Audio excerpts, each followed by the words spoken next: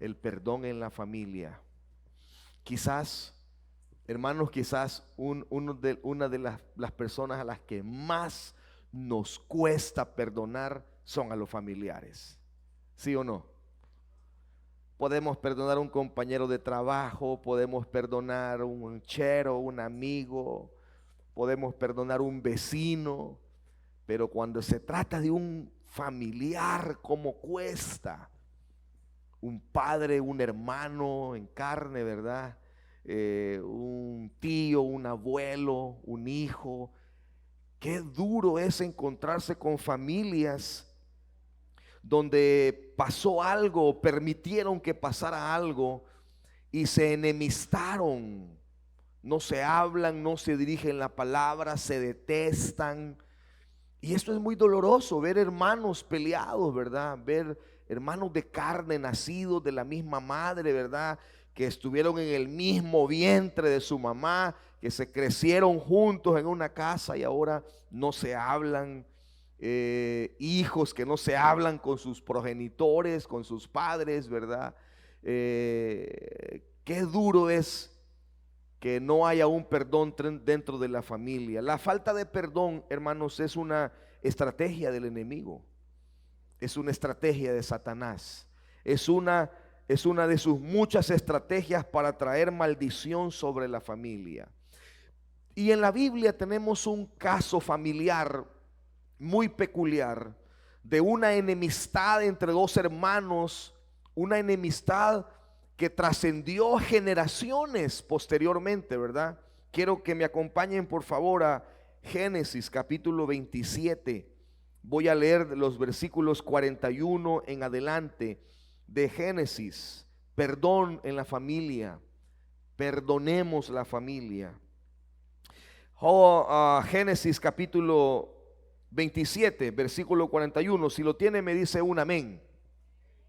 Dice la palabra de Dios: y aborreció, miren la palabra que usa la Biblia, y aborreció Esaú a Jacob por la bendición con que su padre le había bendecido.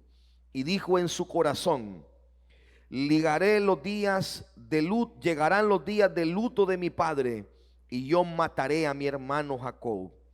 Y fueron dichas a Rebeca las palabras de Esaú su hijo mayor, y ella envió a llamar a Jacob su hijo menor y le dijo: he aquí, Esaú tu hermano se consuela acerca de ti con la idea de matarte. Ahora pues, hijo mío, obedece a mi voz. Levántate y huye a casa de Labán mi hermano en Harán, y mora con él algunos días, hasta que el enojo de tu hermano se mitigue, hasta que se aplaque la ira de tu hermano contra ti y olvide lo que le has hecho. Yo enviaré entonces y te traeré de allá, porque ¿por qué será privada de vosotros ambos ¿por qué seré privada de vosotros ambos en un día? Amén. Pueden sentarse los que estaban de pie. Vean esta escena. Hay tres cosas que le enojaron, que le fastidiaron el alma a Esaú, que lo amargaron para toda su vida, que le dolió tanto al punto de querer matar a su hermano. Primero, la jugada que su hermano le hizo, ¿verdad? El engaño con el que él lo engañó, usando a su mamá también como instrumento, ¿verdad? También. O sea, su madre y su hermano confabularon para robarle su bendición, para quitarle su bendición. Lo segundo que lo enojó fuertemente es lo débil que él fue. Porque no podemos negar la responsabilidad de Esaú en esto. Fue débil en sus convicciones. Si él no hubiera estado dispuesto a vender su primogenitura, a cambiarla por un plato de comida, nada de esto hubiera pasado. Así que estaba enojado consigo mismo por ser tan débil, por ser un hombre tan falto de valores, al punto que la Biblia le llama profano. Pero hay una tercera cosa que creo que es la que más lo enojó profundamente. Dice, aborreció Esaú a Jacob por la bendición con la que su padre le había bendecido. Entonces, miren cómo es esto.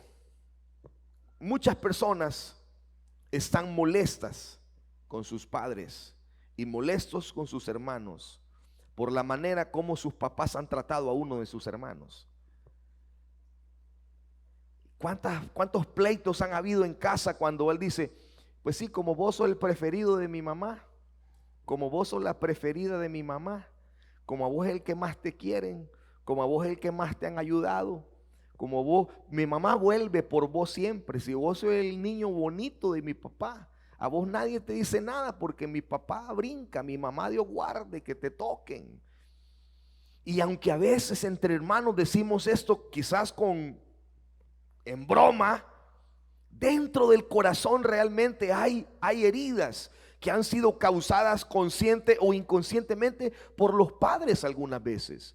Así que la envidia, el dolor que Jacob siente, primero por haber sido tan frágil y haber sido tan vulnerable a preferir el disfrute hoy sin ver las consecuencias de mañana. Segundo, porque su hermano y su mamá se confabularon para robarle su primogenitura. Y tercero, porque su padre, cuando ya se dio cuenta del engaño, de igual manera lo bendijo de una forma especial. Dice su papá al final, así convenía que fuera. Y lo volvió a llamar y le dio todavía una bendición más especial que la que le había dado al principio. Porque dice, así convino que fuera, dice. Dios así lo permitió, probablemente sí, ¿verdad? Pero no por el medio del engaño. Dios siempre iba a bendecir a Jacob, pero no por medio del engaño. Y esta es la causa del enojo, de la ira, al punto de querer decir, cuando mi padre muera, cuando no tenga quien defienda a este mi hermano menor, yo lo mato porque lo mato. Y aquí vemos otro gravísimo error. Los padres, hermanos, los padres somos llamados a ser los árbitros imparciales en los conflictos familiares. Los padres somos los llamados a ser ecuánimes en cuanto a las cosas de la casa, en cuanto a las cosas del hogar.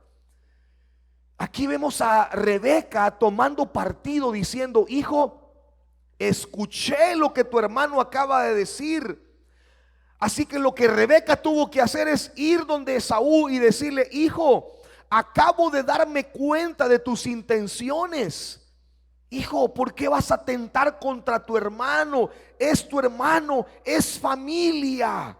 Y aparte de eso, no fue él solo quien ideó ese plan para quitarte la bendición. Yo participé, vengo aquí a pedirte perdón porque yo también participé en esto.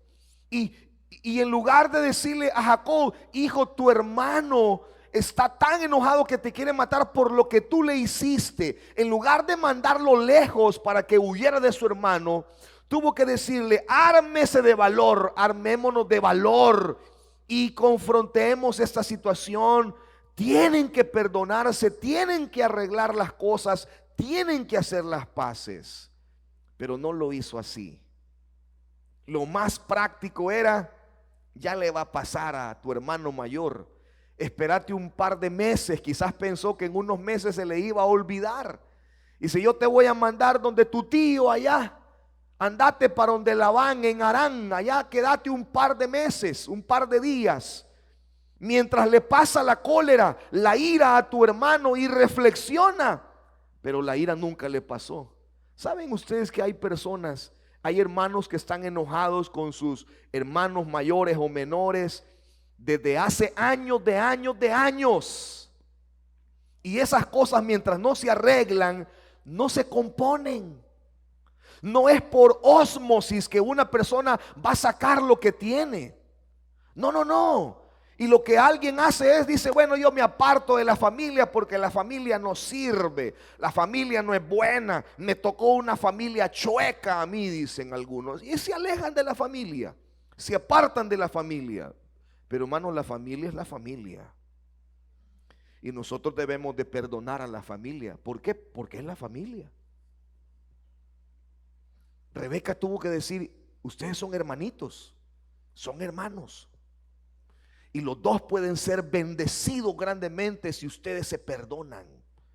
Pero ella siguió planeando cosas, yéndose por la tangente, yéndose por otro lado que no era el camino que Dios. Sí, quizás el camino de ir y confrontar iba a ser difícil. Quizás iba a tener que detenerlos para que no se mataran ahí mismo, ¿verdad? Pero ese era el camino. El camino era arreglar las cosas. El camino era solventar las situaciones. El camino era pedir perdón y hacer que sus hijos se perdonaran. Y no decir que el tiempo iba a enmendar las situaciones. No, el tiempo no enmendó las situaciones. Es más, la Biblia nos enseña que el odio de Esaú creció abundantemente. Entonces, piense por un momento ahora, ¿cuál es uno de los momentos más difíciles que usted ha tenido respecto a perdonar a alguien de su familia? ¿Cuál ha sido el momento más difícil que usted dice, oh, esto que me costó a mí perdonar esta situación? Tuve que ir a Dios, tuve que hablar, tuve que confrontar esta situación y pedir perdón. Hagámonos otra interrogante. ¿Tenía realmente Esaú una buena razón para guardar rencor delante de Jacob? Sí, hermano, sinceramente sí. Pero aquí hay dos cosas que tenemos que ver.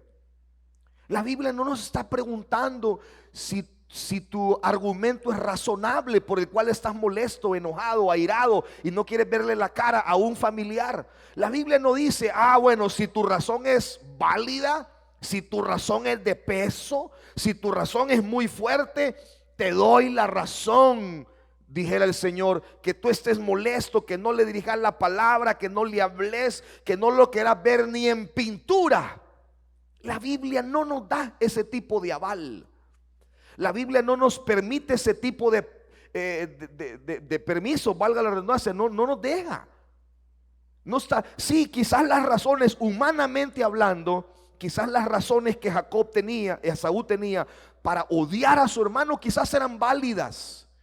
Pero debemos de sentarnos un momento y reflexionar. Si Jacob se hubiera sentado, si Esaú se hubiera sentado a decir, tengo razones de peso para odiar a mi hermano, lo que me hizo fue horrible, feo, cómo planeó con mi mamá para aprovecharse de mi debilidad, porque sabía que yo era débil de carácter, sabía que era una persona que vivo el hoy sin importar el mañana, y se aprovecharon de esta vulnerabilidad de mi carácter. Pero si él se hubiera sentado a ver la gravedad del error de su hermano Jacob, pero también a ver la gravedad de su conducta, él hubiera dicho, bueno, yo también tengo culpa. Sí, mi hermano se aprovechó. Sí, mi hermano obró mal. Sí, mi hermano le siguió la carreta a mi mamá y me hicieron esta situación. Pero yo también tengo la culpa porque yo soy muy vulnerable. Yo soy muy frágil. Si yo hubiera sido un hombre de carácter y hubiera entendido lo que significaba la primogenitura, no la vendo, no la cambio por un plato de comida. Pero él pensó que su hermano no iba a tomar en cuenta lo que él estaba diciendo. Dame tu primogenitura y entonces yo te doy de mi guiso, de mi comida.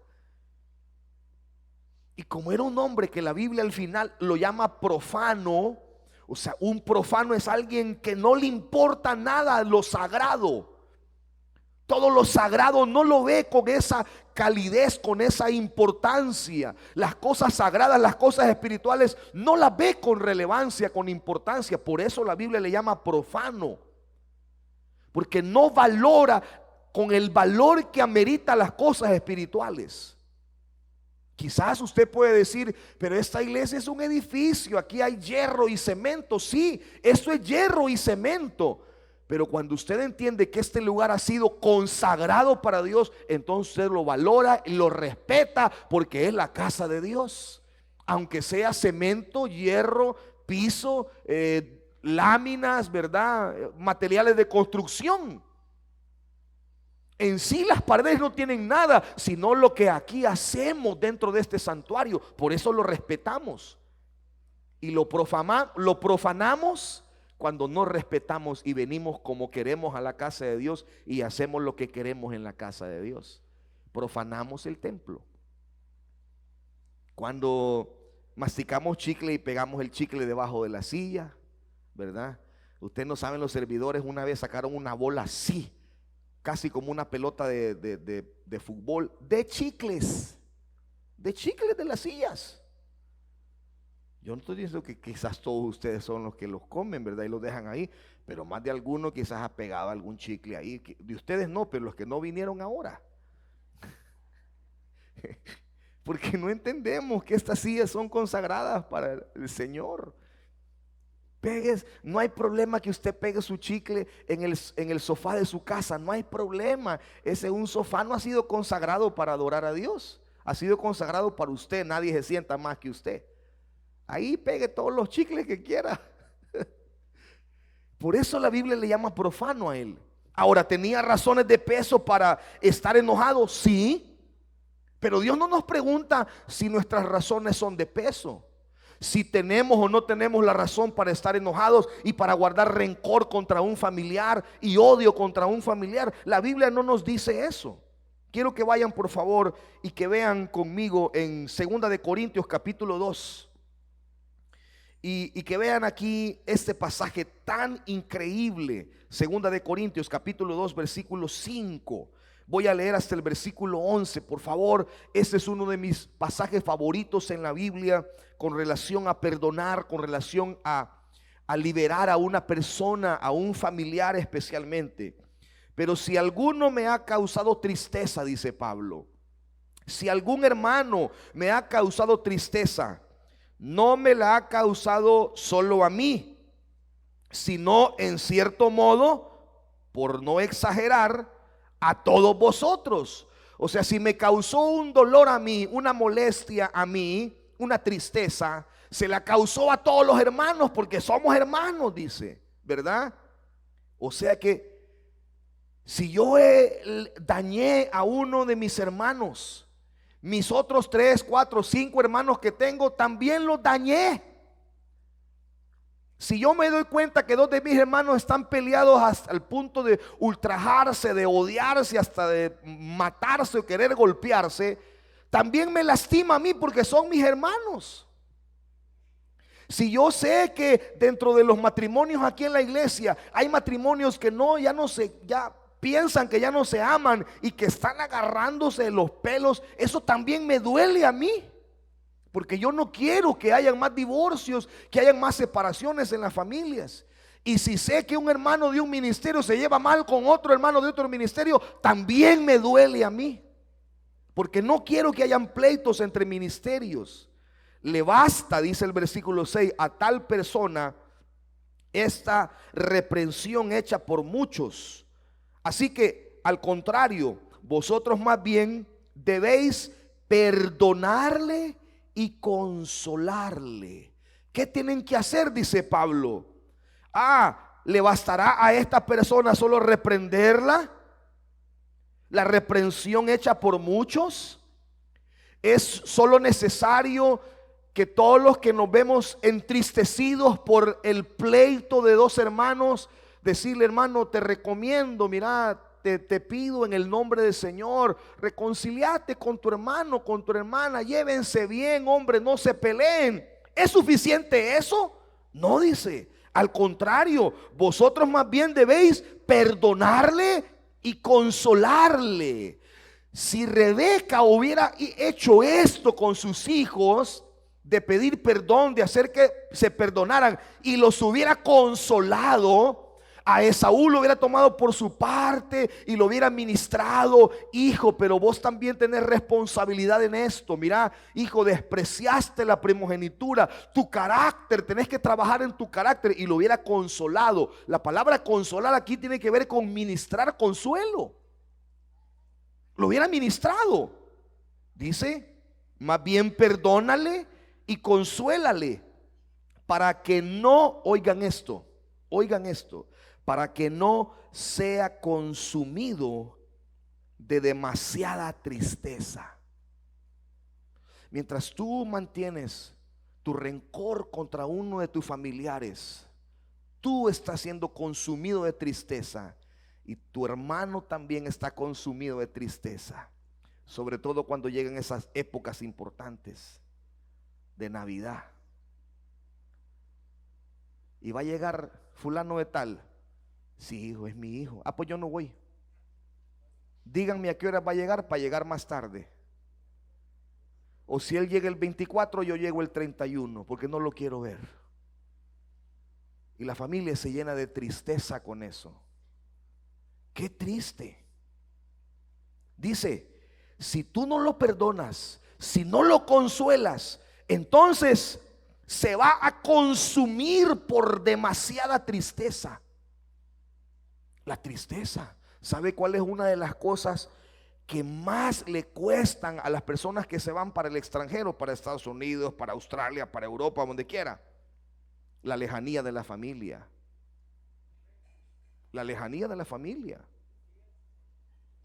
Cuando nosotros le preguntamos a nuestro hijo qué es lo que más extraña, nosotros pensamos, porque le gusta comer, pensamos que alguna comida nos iba a decir. Y dijo, estar con la familia, dijo. Lo que más extraño es estar con la familia. Estar con mi abuela, con ustedes, con mis tías, con mis tíos.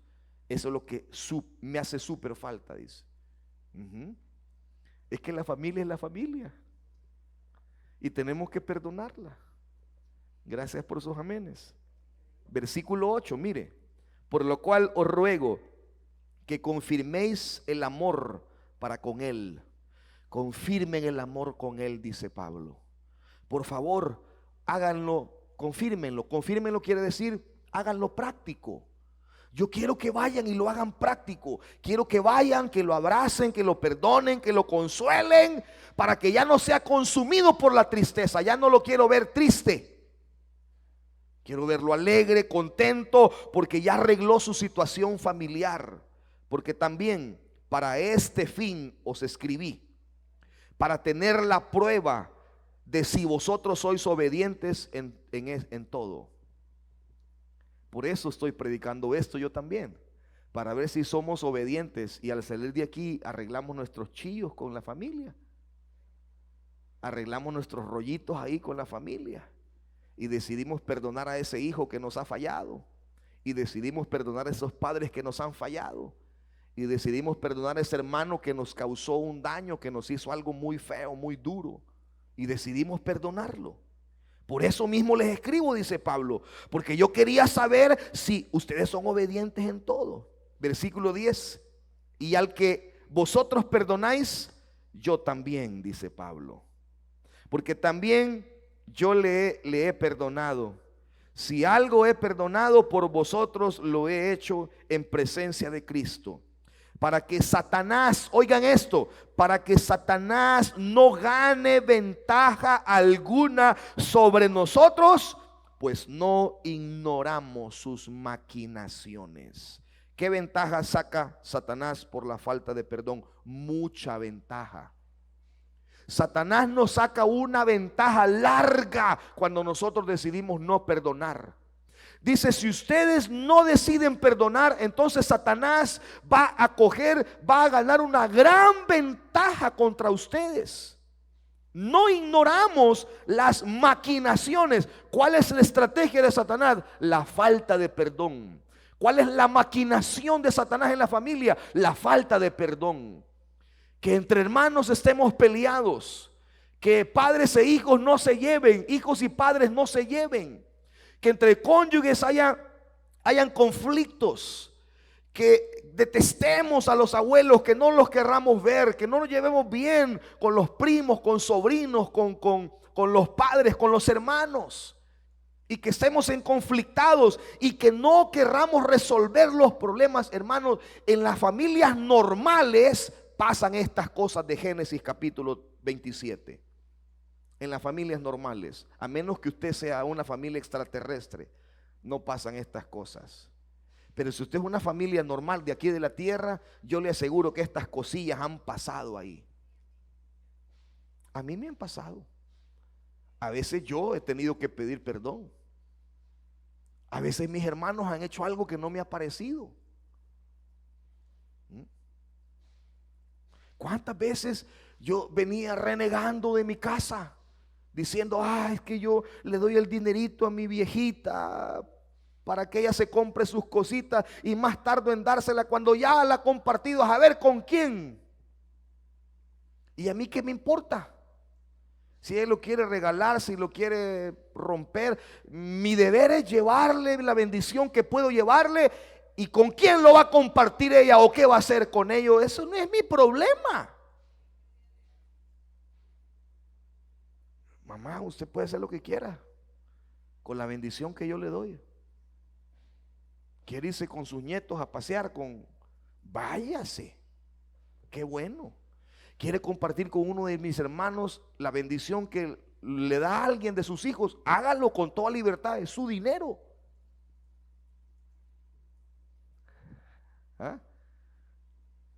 ¿Y qué podemos decir de los temas de la herencia?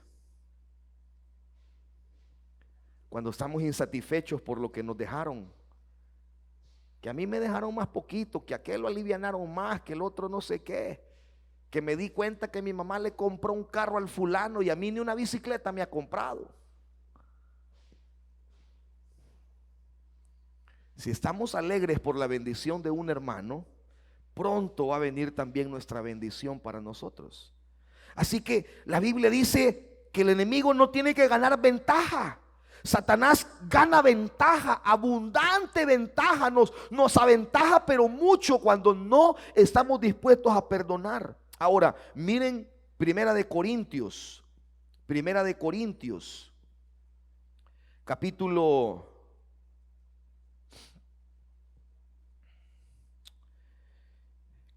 5.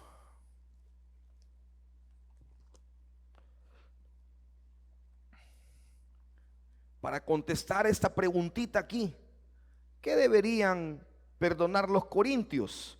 Miren este pasaje de Primera de Corintios capítulo 5, versículos del 1 al 5. De cierto se oye que hay entre vosotros fornicación, y tal fornicación cual ni aún se nombre entre los gentiles, porque tanto que alguno tiene la mujer de su padre, y vosotros estáis envanecidos.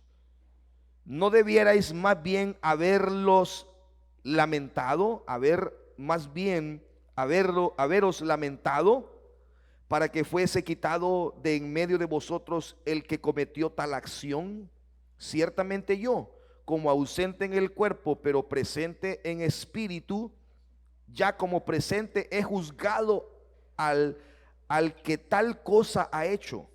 En nombre de nuestro Señor Jesucristo, reunidos vosotros y mi espíritu con el poder de nuestro Señor Jesucristo, y el tal sea entregado a Satanás para destrucción de la carne, a fin de que el espíritu sea salvo en el día del Señor. Los corintios tenían que perdonar ciertas cositas que habían pasado en la iglesia. En las iglesias pasan cosas muy duras, hermano, algunas veces. Piensen en esto. La iglesia de Corinto era una iglesia de comunión. Corintios 1 dice que los hermanos tenían dones espirituales, etcétera, etcétera. Pero de repente se levanta un fulano ahí, un joven, al parecer, jovencito, que se involucra sexualmente con su madrastra. Horrible, horrible. Y entonces Pablo dice: ¿por qué ustedes hicieron del ojo pacho con esto? ¿Por qué no le pusieron manos a esta situación? ¿Por qué vieron la malicia y no evitaron este pecado. Yo que estoy ausente del cuerpo, pero presente en espíritu, ya juzgué a tal persona. Ya pensé en mi espíritu lo que se tiene que hacer. Así que júntense conmigo en espíritu y ustedes reúnanse en la iglesia y traten este caso. Y pónganle disciplina a este muchacho y entréguenlo a Satanás para que el cuerpo sea zarandeado y podamos salvar el alma. Entonces, ¿qué hizo Pablo aquí? Este es un chico que no se quería arrepentir. Era un chico que lo llamaron y le dijeron: lo que estás haciendo es aberrante. Piensen en ese padre, cómo se ha de haber sentido ese padre que su hijo le faltó al respeto de esta manera. Ese padre no hubiera querido ver a este muchacho en la vida. Destruyó ese matrimonio, porque sin duda alguna pues el Señor nos iba a quedar con esa mujer, ¿verdad? Y el cipote, el hijo, no quería salir de ese pecado, no quería arrepentirse, no quería pedir perdón, no quería reconocer su pecado. Así que dice: como no querés, te vamos a expulsar de la iglesia, porque este comportamiento no lo podemos permitir. Y lo entregaron a Satanás, su cuerpo, para que al verse excluido de la iglesia, al verse excluido del amor de su padre, del perdón de su padre, de la comunión de los hermanos, profunda tristeza cayera sobre él y reflexionara y se volviera a Dios. ¿Cuál fue el resultado? Un par de capítulos más adelante, en 1 Corintios, vemos a este muchacho arrepentido y reconciliado, y probablemente reconciliado con su papá también. Ahora, hay daños que causamos que son irreversibles. Aquí este muchacho probablemente fue irreversible la destrucción del hogar de su papá.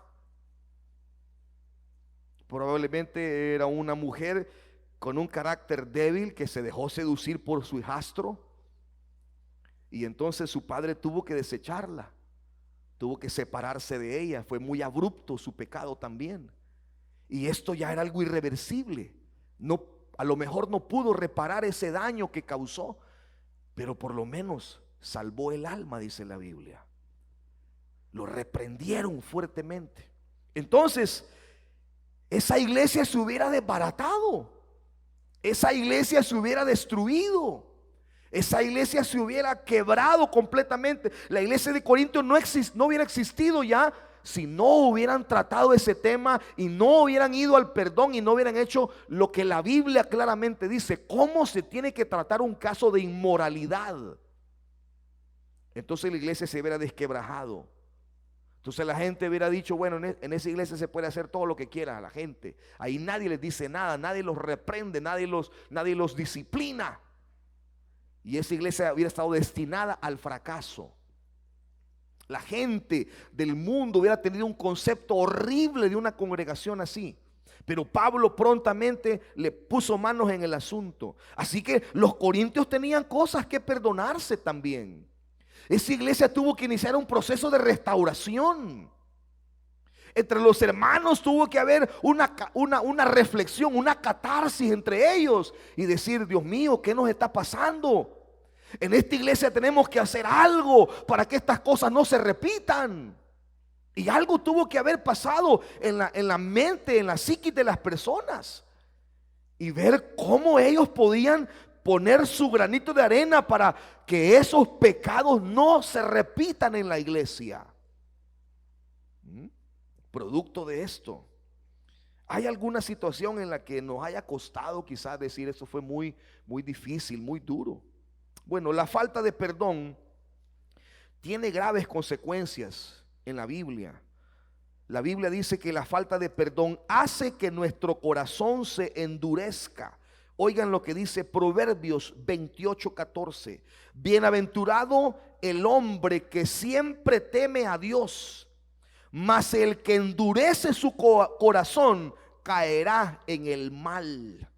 La falta de perdón es una estrategia de Satanás. Conocemos sus maquinaciones, dice Pablo.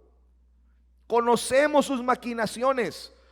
Si no quieren que el diablo les coja ventaja, entonces perdonen a la familia, Perdonen las faltas de los familiares. El enemigo gana una gran brecha.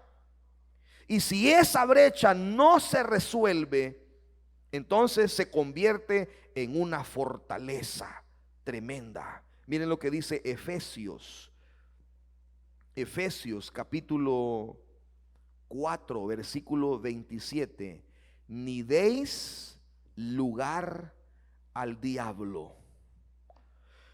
Cuando endurecemos nuestro corazón, cuando hay falta de perdón, entonces esa falta de perdón se vuelve una fortaleza. ¿Por qué? Porque le dimos lugar al diablo. ¿Y qué hace el diablo en el corazón de una persona? Hace una muralla para que la palabra no penetre en el corazón. Hace una fortaleza. No le dé lugar al diablo. ¿Tiene razones para estar enojado? Probablemente sí. ¿Tiene razones para nunca más dirigir la palabra a ese familiar? Probablemente sí. Pero es familia. Es familia. Y en algún momento se lo va a topar. Se lo va a encontrar.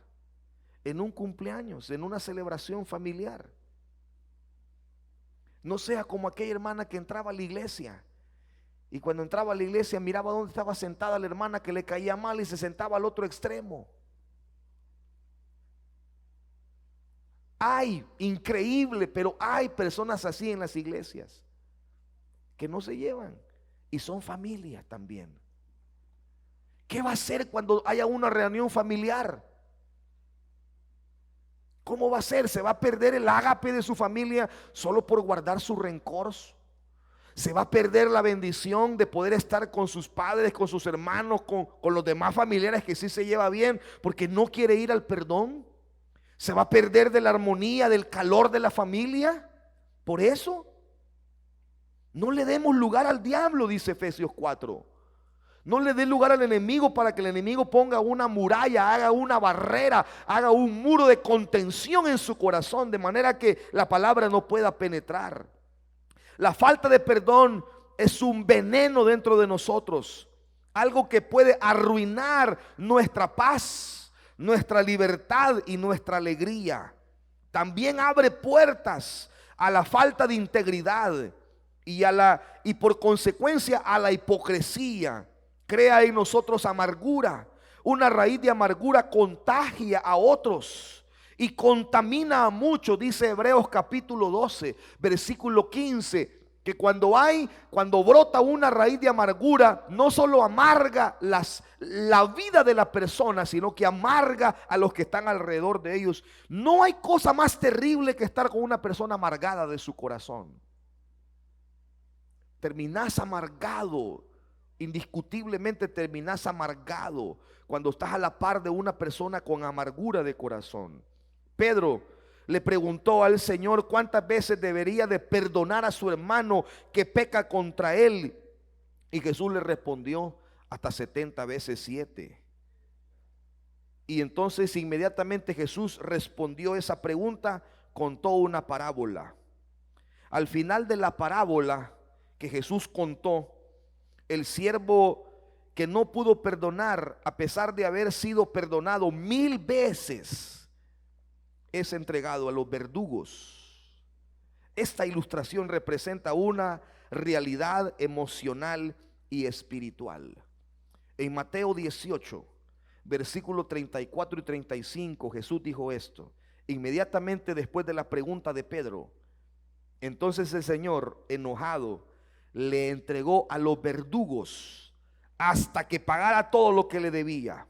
Así también mi Padre Celestial hará con vosotros si no perdonáis de todo corazón cada uno a su hermano sus ofensas.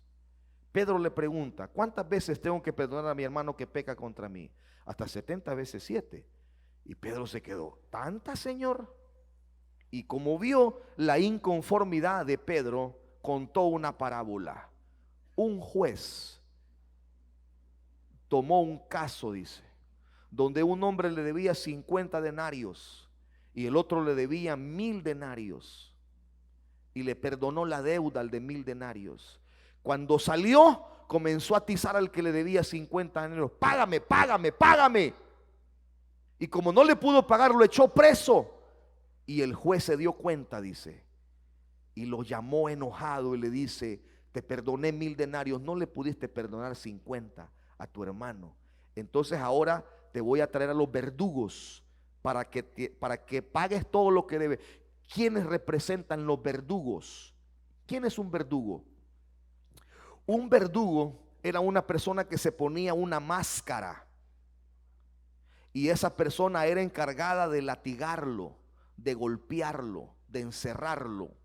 Esa persona entraba al calabozo y lo golpeaba y lo latigaba y le hacía la vida miserable mientras usted estaba preso.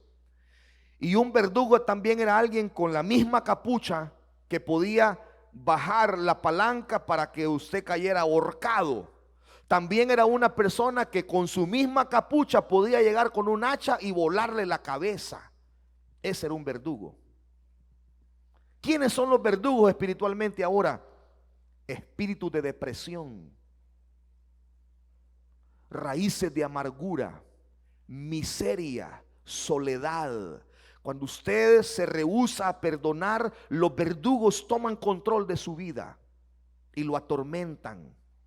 Por eso se siente solo, por eso pasa deprimido, deprimida, por eso le pasan 1000 cosas. Va al médico: es que yo siento, mire, a mí me duele esto, yo paso mal, yo me desmayo, yo no tengo fuerza. Y el médico le revisa, lo checa y todo está bien. Se llama falta de perdón. Los verdugos lo han tomado y lo tienen preso. Los verdugos lo están atormentando y no solo quieren castigarlo, quieren matarlo. Juan 10:10 dice que el ladrón no vino sino a hurtar, a matar y a destruir. Él no está jugando con esto. Entonces Jesús, esta ilustración que Jesús pone en esta parábola, representa una realidad emocional y espiritual que las personas viven. El dolor nos ata de pies y manos. No podemos perdonar por el dolor que llevamos adentro. Miren lo que dice el libro de Job, capítulo 14.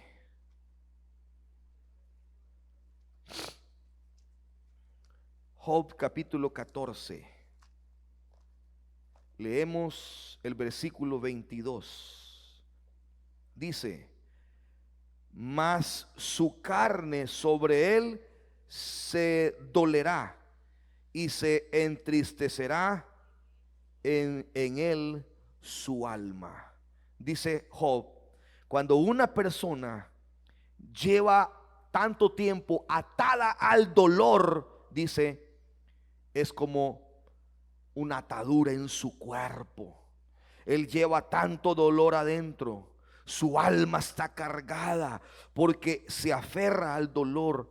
Hay personas que se aferran al dolor porque dicen: no merece que yo lo perdone, y se aferran a su dolor. Se aferran. Tenemos que averiguar cómo librarnos de ese dolor. Para más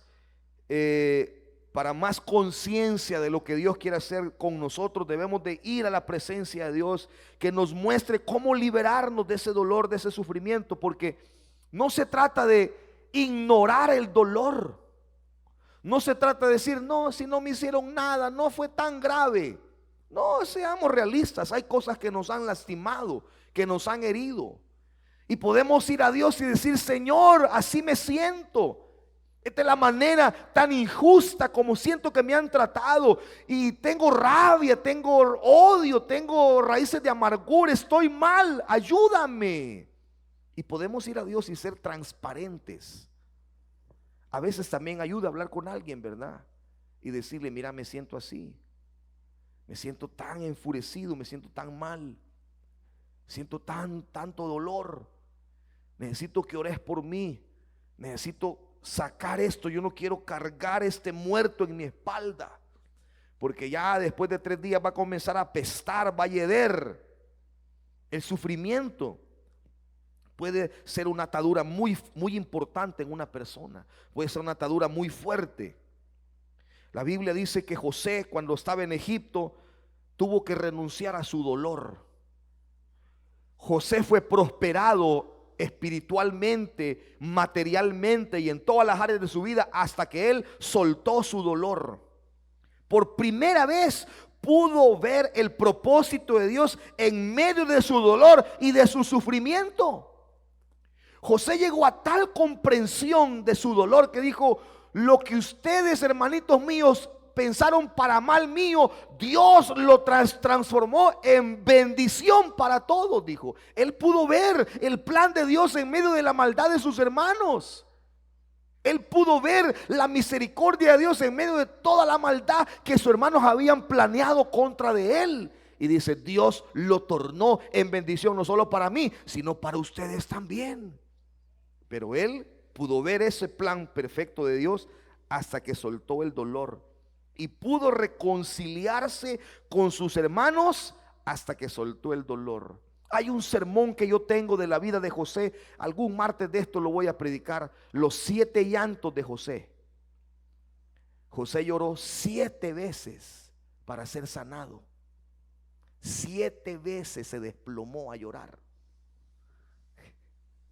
Las primeras 3 veces fueron las más duras.